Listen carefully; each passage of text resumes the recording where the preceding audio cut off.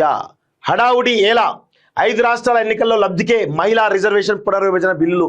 So ఏ ప్రభుత్వం ఉన్నా కానీ ఆ ప్రభుత్వం యొక్క లాభాపేక్ష కోసమే ప్లాన్ చేస్తూ ఉంటుంది. ఎన్నికల్లో గెలవడానికి మాత్రమే ప్లాన్ చేస్తుంది తప్ప వేరే ఏది ఉండదు అనేది తెలిసిపోతుంది. సో ఇక్కడ సిడబ్ల్యూసి సమావేశంలో ఖర్గే, రాహుల్, వేణుగోపాల్, రేవంత్ రెడ్డి, ప్రియాంక తదితరులు అంటూ చూస్తూ ఉన్నాం. సో ఇక్కడ ఈ విషయం ఏంటంటే మహిళా రిజర్వేషన్ బిల్లు కానీ ఇక రకరకాల బిల్లులను పునర్విభజన సంబంధించిన బిల్లు విషయంలో ఇప్పుడు ప్రస్తుతం కేంద్ర ప్రభుత్వం ఈ నెల 16వ తారీఖు నాడు పార్లమెంట్లో బిల్లు పెట్టని చెప్పి ప్రత్యేక సమావేశంలో బిల్లు పెట్టని చెప్పేసి నిర్ణయించడం జరిగింది. ఇది ఎంతో కొంత మన పశ్చిమ బెంగాల్ ఎన్నికల్లో కానీ లేకపోతే తమిళనాడు ఎన్నికల్లో ప్రభావం చూపేట అవకాశం ఉందనేది చాలా స్పష్టంగా తెలుస్తూ ఉంది. సో మరి అట్లా లబ్ధి పొందడానికే ఈ యొక్క ప్లాన్ చేస్తుందా అంటే ప్లాన్ చేయడానికి అవకాశం ఉంటుంది. ఎందుకంటే కేంద్ర ప్రభుత్వం కదా, వాళ్ళ ఇష్టం చేయడానికి అవకాశం ఉంటుంది. కానీ ఇప్పుడు పోలింగ్ తర్వాతే పార్లమెంట్ సమావేశాలు పెట్టాలని లేఖ రాసినా పట్టించుకోలేదు. ఎన్నికల ప్రక్రియ మధ్యలో సమావేశాల నిర్వహణ, ప్రవర్తన నియమాలను ఉల్లంఘించడమే. అసెంబ్లీ ఎన్నికల తర్వాతే 2 బిల్లులను పెట్టాలి, లేకపోతే తీవ్ర పరిణామాలు తప్పవు. కాంగ్రెస్ వర్కింగ్ కమిటీ నిర్ణయాలు. జనగణన తర్వాతే డీలిమిటేషన్ చేయాలని డిమాండ్.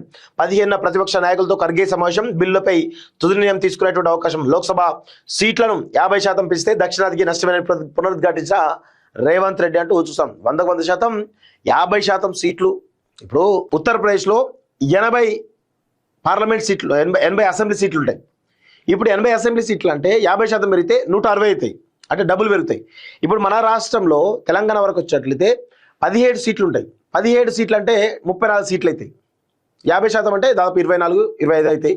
అక్కడేమో 120కి పైగా ఉత్తరప్రదేశ్ అయితే. అంటే గ్యాప్ చూడండి, 50% పెరిగినా కానీ మనం ఎంత గ్యాప్ ఉన్నదో ఒకసారి గమనిస్తే తెలుస్తుంది. అంటే ఇట్లా మధ్యప్రదేశ్ తీసుకున్నా లేకపోతే ఇంకా రకరకాల ఏది తీసుకున్నా కానీ దక్షిణాది రాష్ట్రాలకు పెద్ద ఎత్తున నష్టం జరిగేటువంటి అవకాశం ఉన్నది చాలా స్పష్టంగా తెలుస్తుంది. సో 5 రాష్ట్రాల ఎన్నికల లబ్ధి కోసమే పార్లమెంటు ప్రత్యేక సమావేశాలు పెట్టి మహిళా రిజర్వేషన్ బిల్లు, నియోజకవర్గాల పునర్విభజన బిల్లు పెడుతున్నారని కాంగ్రెస్ పార్టీ ఆరోపించింది. మహిళా రిజర్వేషన్ బిల్లు పేరిట మోడీ ప్రభుత్వం రాజకీయాలు చేస్తుందని మండిపడింది. డీలిమిటేషన్ బిల్లును మహిళా బిల్లుతో లింకు పెట్టడం రాజ్యాంగబద్ధం కాదని స్పష్టం చేసింది. అసెంబ్లీ ఎన్నికల తర్వాత పూర్తి స్థాయిలో చర్చించిన తర్వాతే ఈ బిల్లును ప్రవేశపెట్టాలని, లేకపోతే తీవ్ర పరిణామాలు తప్పవని హెచ్చరించింది. ఎన్నికల తర్వాతే పార్లమెంట్ సమావేశాలు నిర్వహించాలని, అది కూడా అఖిలపక్ష భేటీలో చర్చించిన తర్వాతే నిర్ణయం తీసుకోవాలని స్పష్టం చేసింది. జనగణన తర్వాతే నియోజకవర్గాల పునర్విభజన చేయాలన్న గత నిర్ణయానికి కట్టుబడి ఉండాలని తేల్చి చెప్పింది. ఇప్పుడు జనగణన కాకుండా ఏ విధంగా నియోజకవర్గాల పునర్విభజన చేస్తారు? ఎంత పెద్ద కుట్ర జరుగుతూ ఉంది. కేంద్ర ప్రభుత్వం కూడా చాలా తెలివిగా బిహేవ్ చేసే ప్రయత్నం జరుగుతూ ఉంది. ఇది ఎంతవరకు పోతుందో ఏందో అర్థం కాని పరిస్థితి కనబడుతూ ఉంది. గాయపడి ఉన్నాం, రెచ్చగొట్టద్దు. 50% సీట్ల పెంపుతో మరింత అగాధం. అప్పుడు దక్షిణాది నుంచి రియాక్షన్ తప్పదు. ఆర్థిక వ్యవస్థలో దక్షిణాది వాటాను బట్టి సీట్ల పెంపు, దీన్ని మెరిట్ గా తీసుకుని పునర్విభజన చేయండి. మహిళా రిజర్వేషన్లో ఓబీసీలకు కోట. బీఆర్ఎస్లోకి వెళ్ళిన వాళ్ళ పరిస్థితి ఏమైందో అందరికీ తెలుసంటూ జీవన్ రెడ్డి జరిగిపోయి వ్యాఖ్య అంటూ చూస్తాను. సో 100% రావాలి, నియోజకవర్గాల పునర్విభజన రావాలి. దానిలో భాగంగా మహిళా రిజర్వేషన్ ఉండాలి. అందులో భాగంగా మహిళా రిజర్వేషన్లో భాగంగా ఓబీసీ కోట ఉండాలి. ఈ కోట ఉంటేనే 100% దేశంలో ఒక మార్పు జరుగుతుంది. ఇక్కడ ప్రధానమైనటువంటి పాయింట్ ఏంటంటే మహిళా రిజర్వేషన్ బిల్లుతోటి మళ్ళీ అగ్రకులాలకు సంబంధించినటువంటి వాళ్ళే మహిళగా చెలరేగుతూ ఉంటారు. అంటే సీట్లు పెరిగినా కానీ బీసీ సామాజిక వర్గాలకు పెద్ద ఎత్తున నష్టం జరిగేటువంటి అవకాశం కనబడుతూ ఉంది.